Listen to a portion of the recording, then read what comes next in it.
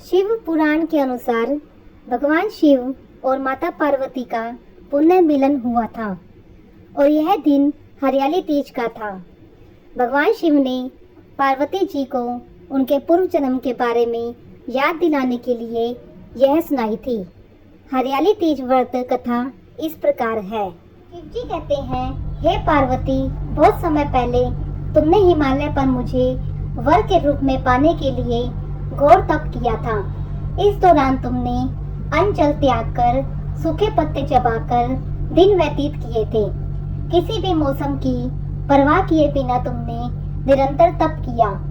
तुम्हारी इस स्थिति को देखकर तुम्हारे पिताजी बहुत दुखी थे।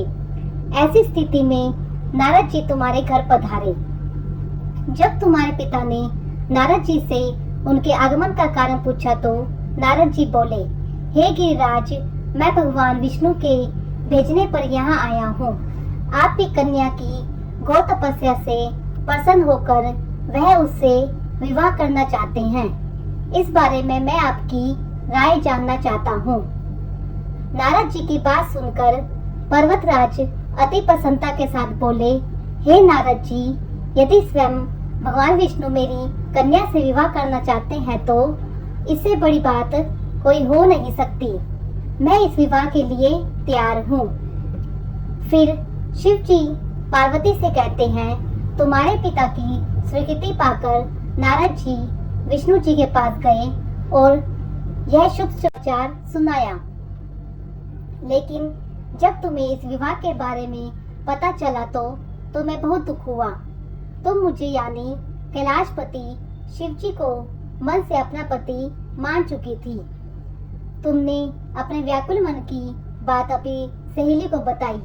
तुम्हारी सहेली से सुझाव दिया कि वह तुम्हें एक घनघोर वन में ले जाकर छुपा देगी और वहां रहकर तुम शिव जी को प्राप्त करने की साधना करना। इसके बाद तुम्हारे पिता तुम्हें घर पे न पाकर बड़े चिंतित और दुखी हुए। वह सोचने लगे कि यदि विष्णु जी बारात लेकर आ गए और तुम घर पर ना मिली तो क्या होगा। उन्होंने तुम्हारी खोज में धरती पताल एक करवा दिए, लेकिन तुम न मिली। तुम वन में एक गुफा के भीतर मेरी आराधना में लीन थी। भाद्रपद तृतीय शुक्ल को तुमने रेत से एक शिवलिंग का निर्माण कर मेरी आराधना की, जिससे प्रसन्न होकर मैंने तुम्हारी मनोकामना पूर्ण की। इसके बाद तुमने अपने पिता से कहा कि पिताजी, मैंने अपने जीवन का लंबे समय भगवान शिव की तपस्या में बिताया है और भगवान शिव ने मेरी तपस्या से प्रसन्न होकर मुझे स्वीकार भी कर लिया है। अब मैं आपके साथ एक ही शर्त पर चलूंगी कि आप मेरा विवाह भगवान शिव के साथ ही करेंगे। पर्वतराज ने तुम्हारी इच्छा स्वीकार कर ली और तुम्हें घर वापस ले आए। कुछ समय बाद उन्होंने पूरे विधि विधान से हमारा विवाह किया। भगवान शिव ने इसके बाद कहा कि हे पार्वती, तृतीया को तुमने मेरी आराधना करके जो व्रत किया था उसी के परिणाम स्वरूप हम दोनों का विवाह संभव हो सका।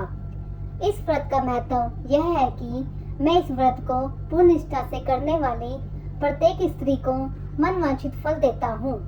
भगवान शिव ने पार्वती से कहा कि इस व्रत को जो भी स्त्री श्रद्धा पूर्ण से करेगी उसे तुम्हारी अचल सुहाग प्राप्त होगा।